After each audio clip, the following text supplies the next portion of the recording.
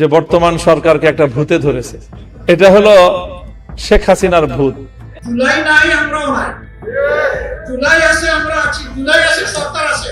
জুলাই আছে, বিরোধী দল আছে। জুলাই নাই, কিছু নেই। আন্দোলনের প্রস্তুতি নিতে হচ্ছে।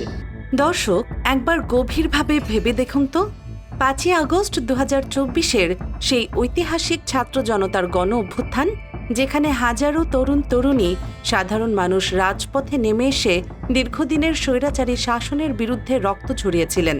শেখ হাসিনার দেশ ছেড়ে পালানোর পর সারা দেশে যেন একটা স্বস্তির নিঃশ্বাস পড়েছিল। আপামর জনতা ভেবেছিল এবার হয়তো রাজনীতিতে একটা নতুন যুগ শুরু হবে, স্বাধীনতার স্বাদ পাওয়া যাবে, গণতন্ত্রের সত্যিকারের চর্চা হবে, আর সাধারণ মানুষ একটু শান্তিতে দুমুঠো ভাত খেয়ে রাতে ঘুমাতে পারবে। কিন্তু দুঃখের বিষয়, সেই আশায় যেন ফুটন্ত গরম পানি ঢেলে দেওয়া হয়েছে বর্তমান পরিস্থিতিতে। হাসিনা বিতাড়িত হওয়ার পর থেকে সেই ভূত এখন বর্তমান বিএনপির ঘাড়ে সওয়ার হয়েছে। ক্ষমতার মসনদে বসলে মানুষের চোখ কতটা অন্ধ হয়ে যায় তা বাংলাদেশের জনগণ এখন হাড়ে হাড়ে টের পাচ্ছে। জুলাইয়ের সেই রক্তক্ষয়ী বিপ্লব, হাজারো শহীদের আত্মত্যাগ, সবকিছুকে যেন বুড়ো আঙুল দেখিয়ে এক নব্য স্বৈরতন্ত্রের বীজ বোনা হচ্ছে বলে অনেকে অভিযোগ তুলছেন। এই চরম দুঃসময়ে যখন অনেক রাজনৈতিক দল ক্ষমতার লোভে অন্ধ হয়ে পড়ছে, তখন জাতির এই মহা বিপদের দিনে ঢাল হয়ে দাঁড়িয়েছে বাংলার মজলুম মানুষের শেষ আশ্রয়স্থল বাংলাদেশ জামায়াতে ইসলামী। হ্যাঁ দর্শক, ঠিকই শুনেছেন। যে গণভোট বা রেফারেন্ডামের রায়কে বর্তমান সরকার বা ক্ষমতাসীনদের কেউ কেউ অবজ্ঞা করে ডাস্টবিনে ছুঁড়ে ফেলার পায়তারা করছে বলে অভিযোগ উঠেছে, সেই রায়ের পক্ষে এবার একেবারে সিংহের মতো গর্জে উঠেছেন জামায়াতে ইসলামীর আমির ডাক্তার শফিকুর রহমান। রাজধানী ঢাকার বুকে 11 দলীয় জোটের এক বিশাল সেমিনারে দাঁড়িয়ে তিনি সরকারের চোখে চোখ রেখে যে চরম হুঁশিয়ারি দিয়েছেন, তা শুনে ক্ষমতার আলিন্দে রীতিমতো ভূমিকম্প শুরু হয়ে গেছে বলে মনে করা হচ্ছে। জুলাইয়ের বিপক্ষে অবস্থান নিয়ে সরকার পার পাবে না ইনশাআল্লাহ। ডাক্তার শফিকুর রহমান কোনো রাখ ঢাক না করে স্পষ্ট ভাষায় জানিয়ে দিয়েছেন, জুলাই গণঅভ্যুত্থানের স্পিরিটের বিপরীতে অবস্থান নিয়ে এই সরকার বা ক্ষমতাসীনরা কোনোভাবেই পার পাবে না। শহীদের রক্তের সাথে যারা বেইমানি করবে তাদের রক্ষা নেই। জামায়াত আমিরের এই এক কথাতেই যেন পুরো দেশের থমকে থাকা রাজনীতিতে আবার নতুন করে প্রাণ ফিরে এসেছে। তিনি পরিষ্কার বার্তা দিয়েছেন যে গণভোটের রায় বা জুলাই চার্টারের বাস্তবায়ন না হওয়া পর্যন্ত রাজপথ ছাড়বে না জামায়াত এবং 11 দলীয় জোট। এই অবস্থান শুধু জামায়াতের নয়, বরং পুরো জোটের ঐক্যবদ্ধ সিদ্ধান্ত। ডাক্তার শফিকুর রহমান বলেছেন, জুলাইয়ের বিপ্লব ছিল সাধারণ মানুষের, ছাত্র জনতার। এর স্পিরিটকে যারা বিকৃত করতে চাইবে তারা ইতিহাসের কাছে কখনো ক্ষমা পাবে না। তিনি আরও যোগ করেন, দেশের সাংবিধানিক সংস্কার, গণতান্ত্রিক প্রতিষ্ঠানগুলোকে শক্তিশালী করা এবং জনগণের অধিকার নিশ্চিত করাই এখন সবচেয়ে বড় চ্যালেঞ্জ। যদি এই চ্যালেঞ্জ মোকাবিলা না করা হয়, তাহলে দেশ আবার অন্ধকারের দিকে ধাবিত হবে। এই সেমিনারে উপস্থিত অন্যান্য নেতারাও একই সুরে কথা বলেছেন।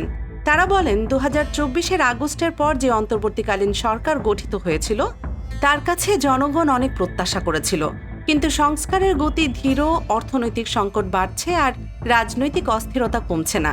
ডাক্তার শফিকুর রহমানের নেতৃত্বে জামায়াত এখন শুধু নিজ দলের জন্য নয়, বরং পুরো 11 দলীয় জোটকে একত্রিত করে জনগণের অধিকার আদায়ের জন্য প্রস্তুত। তারা বলছেন, আইনি ফাঁদ বা সাংবিধানিক দোহাই দিয়ে জনগণের শক্তিকে দমিয়ে রাখা যাবে না। এই জোটের মধ্যে জামায়াত ছাড়াও অন্যান্য ইসলামী ও সমমনা দল রয়েছে, যারা একসাথে রাজপথে নামার প্রস্তুতি নিচ্ছে। অন্যদিকে এই সরকার বা বর্তমান ক্ষমতাসীনদের আসল রূপটা যে কতটা ভয়ঙ্কর হতে পারে তা একেবারে চোখে আঙুল দিয়ে দেখিয়ে দিয়েছেন হেফাজতে ইসলামের তুখোড় নেতা মাওলানা মামুনুল হক। তিনি এমন এক বিস্ফোরক মন্তব্য করেছেন, যা শুনে অনেকের রাতের ঘুম হারাম হয়ে যাওয়ার জোগাড়। মামুনুল হক অত্যন্ত সুকৌশলে স্মরণ করিয়ে দিয়েছেন সেই ভূতের কথা। তিনি বলেছেন, যে ভূত 15 বছর ধরে শেখ হাসিনার ঘাড়ে সওয়ার হয়ে এদেশের জনগণকে অপমান করেছিল, জনগণকে গিনিপিগ বানিয়েছিল, সেই একই পাবলিককে অপমান করার ভূত এখন বর্তমান সরকার বা ক্ষমতাসীনদের ঘাড়ে চেপে বসেছে। রক্তের উপর প্রতিষ্ঠিত নতুন বাংলাদেশের সুবিধাবাদের রাজনীতি, মুনাফিকের রাজনীতি বাংলার মানুষ সহ্য করবে না। যারা সংসদের ভেতরে বসে এই দেশের সাধারণ জনগণকে মূর্খ সাব্যস্ত করার ধৃষ্টতা দেখাচ্ছে, তারা ভুলে গেছে এই দেশের 4 কোটি ছাত্র জনতা রাতের অন্ধকারে কিভাবে রাজপথে নেমে এসে স্বৈরাচারের পতন ঘটিয়েছিল। মামুনুল হকের সেই সিংহ, গাধা আর শিয়ালের গল্প যেন বর্তমান পরিস্থিতির জন্য এক চরম সতর্কবার্তা। হাসিনাকে গাধার সাথে তুলনা করে তিনি বুঝিয়ে দিয়েছেন জনগণের সাথে গাদ্দারি করলে পরিণতি কি হয়। আর বর্তমান ক্ষমতাসীনরা যদি একই ভুল করে তবে তাদের পরিণতিও যে ভিন্ন কিছু হবে না তা একেবারে অক্ষরে অক্ষরে বুঝিয়ে দিয়েছেন তিনি আরও বলেন, জুলাই চার্টার বা রেফারেন্ডামের রায়কে যারা অগ্রাহ্য করবে তারা জনগণের কাছে জবাবদিহি করতে বাধ্য হবে। মামুনুল হকের বক্তব্যে স্পষ্ট যে ধর্মীয় মূল্যবোধ, সামাজিক ন্যায় বিচার এবং গণতান্ত্রিক সংস্কার এই 3টি বিষয়কে একসাথে নিয়ে এগোতে হবে। তিনি সরকারকে সতর্ক করে বলেন, যদি সংস্কারের প্রক্রিয়া ধীর গতির হয় বা বাধাগ্রস্ত হয় তাহলে রাজপথ আবার উত্তপ্ত হয়ে উঠবে। আর ঠিক এই জায়গায় এসে সরকারের কফিনের শেষ পেরেকটি ঠুকে দিয়েছেন প্রবীণ রাজনীতিবিদ ও এলডিপি চেয়ারম্যান অবসরপ্রাপ্ত কর্নেল অলি আহমদ। সরকার যখন ক্ষমতা কুক্ষিগত করার নেশায় বুধ, তখন দেশের অর্থনীতি যে রসাতলে যাচ্ছে সেই ভয়ঙ্কর চিত্রটা তিনি দেশবাসীর সামনে তুলে ধরেছেন। প্রধানমন্ত্রীকে চিন্তা করতে হবে যে যতই কিছু করুক না কেন শেষ পর্যন্ত দায়ভারটা আপনার উপরে আসবে। মাত্র 1.5 মাসে ব্যাংক থেকে 51,000 কোটি টাকা ঋণ বিতরণের খবর শুনে অনেকেই হতবাক। ভাবা যায় সাধারণ মানুষের আজ নাভিশ্বাস ওঠার জোগাড়। বাজারে গেলে ব্রয়লার মুরগি, সবজি, চাল ডালের দামে হাত দেওয়ার উপায় নেই। মানুষ বাইক চালানোর তেল কেনার জন্য ঘন্টার পর ঘন্টা লাইনে দাঁড়িয়ে থাকছে, আর ক্ষমতাসীনরা মেতে আছেন নিজেদের ক্ষমতা পাকাপোক্ত করার খেলায়। অবসরপ্রাপ্ত কর্নেল অলি আহমেদ তাই কোনো ভনিতা না করে সোজা সাপটা ভাষায় বলে দিয়েছেন, সোজা আঙুলে ঘি উঠবে না। অর্থাৎ সরকার যদি ভেবে থাকে তারা নিজেদের ইচ্ছে মতো দেশ চালাবে আর বিরোধীরা বসে বসে আঙুল চুষবে, তবে তারা বোকার স্বর্গে বাস করছে। তিনি অর্থনৈতিক সংকটের বিস্তারিত চিত্র তুলে ধরে বলেন, ব্যাংকিং সেক্টরে অস্থিরতা, মুদ্রাস্ফীতি, বেকারত্ব বৃদ্ধি সবকিছু মিলিয়ে সাধারণ মানুষের জীবন দুর্বিষহ হয়ে উঠছে। তিনি প্রশ্ন তোলেন, জুলাইয়ের বিপ্লব কি শুধু একজনকে সরানোর জন্য ছিল, নাকি সত্যিকারের সংস্কার, অর্থনৈতিক স্থিতিশীলতা এবং জনকল্যাণের জন্য? তার মতে যদি সংস্কার না হয় তাহলে দেশ আবার অস্থিরতার দিকে যাবে।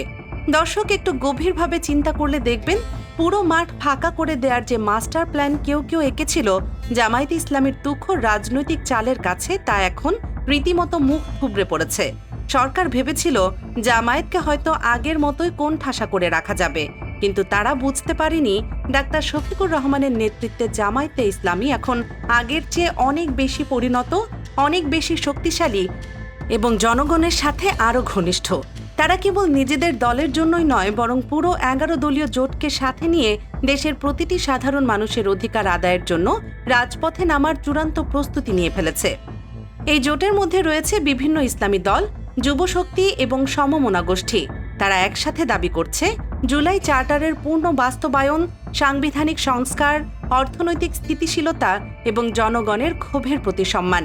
সরকার যতই আইনি ফাঁদ তৈরি করুক না কেন অথবা সাংবিধানিক দোহাই দিক না কেন, জনগণের শক্তির কাছে এসব যে কাচের দেয়ালের মতো ভেঙে পড়বে তা কেবল সময়ের ব্যাপার মাত্র।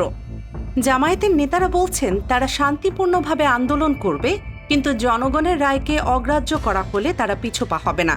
সবশেষে একটা বিরাট প্রশ্ন এখন সবার মনে ঘুরপাক খাচ্ছে, বর্তমান সরকার বা ক্ষমতাসীনরা কি সত্যি জনগণের এই ক্ষোভ আর জামায়াতে ইসলামী সহ 11 দলীয় জোটের এই কঠোর হুঁশিয়ারিকে পাত্তা না দিয়ে একগুঁয়েমের পথে হাঁটবে, নাকি রাজপথের উত্তাপ টের পেয়ে বাধ্য হয়ে গণভোটের রায়, জুলাই চার্টার বাস্তবায়ন এবং সংস্কারের পথে ফিরে আসবে?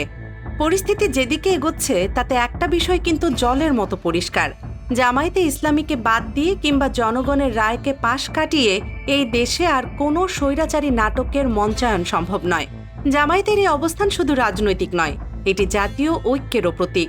তারা বলছে দেশের অর্থনীতি পুনরুদ্ধার, যুবকদের কর্মসংস্থান, নারী শিশুর নিরাপত্তা, ধর্মীয় স্বাধীনতা এবং সামাজিক ন্যায় সবকিছু একসাথে নিয়ে এগোতে হবে। যদি সরকার এই দাবিগুলোকে গুরুত্ব না দেয় তাহলে রাজপথে আরও বড় আন্দোলন অনিবার্য হয়ে উঠতে পারে। অন্যদিকে যদি সংস্কারের পথে ফিরে আসে তাহলে দেশ একটা নতুন যুগে প্রবেশ করতে পারে। দর্শক, আপনাদের কি মনে হয় জামায়াতে ইসলামী এবং 11 দলীয় জোটের এই কঠোর অবস্থান কি সরকারকে সঠিক পথে ফিরিয়ে আনতে পারবে, নাকি দেশে আবারও এক ভয়ানক রাজনৈতিক সংঘাত অনিবার্য হয়ে উঠছে? আপনাদের মূল্যবান এবং যৌক্তিক মতামত অবশ্যই নিচের কমেন্ট বক্সে লিখে জানাবেন।